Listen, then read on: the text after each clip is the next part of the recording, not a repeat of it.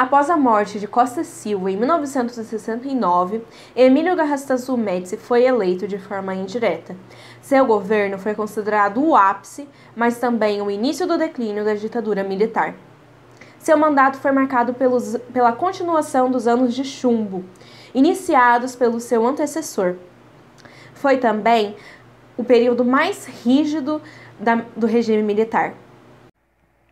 E seu mandato caracterizou-se pela censura à imprensa e artes no geral, pelas restrições de liberdades democráticas e a consolidação de uma estrutura de perseguição e repressão. Médici decidiu continuar o legado de Costa e Silva e utilizou o AI-5, um decreto que permitia a tortura de presos políticos. Ele também continuou utilizando o DOI-COI. O DOI, que era o Destacamento de Operações de Informações, e o CODE, que era o Centro de Operação e Defesa Interna. Eram duas organizações diferentes, mas tinham praticamente as mesmas intenções: eliminar qualquer ameaça à ordem nacional e investigar guerrilhas de oposição ao governo. Eram utilizadas formas de tortura agressiva e muitas pessoas morreram. Até hoje não se sabe o número de vítimas. E nem todos os corpos foram encontrados. Muitos registros foram apagados e algumas dessas vítimas são consideradas desaparecidas até os dias de hoje.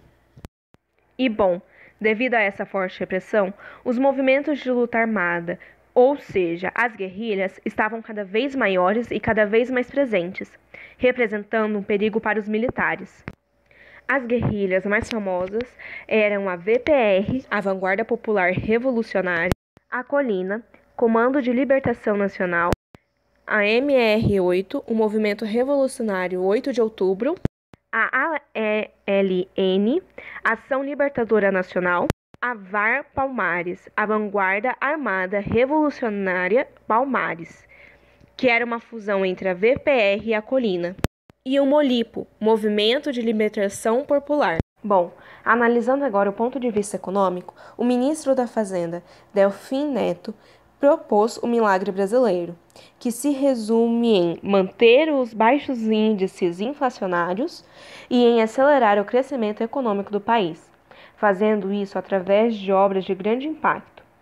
Para isso, Médici conseguiu um apoio financeiro internacional e investiu dinheiro na construção de uma usina nuclear, a Angra 1, na hidrelétrica de Itaipu, a construção da Transamazônica e a ponte Rio-Niterói, sendo que a Transamazônica ainda não foi concluída até hoje. Bom, por um ponto de vista, o milagre econômico funcionou, pois o PIB saltou de 9,8% para 14%, além do controle inflacionário, que foi de 19,3% a 15,6%.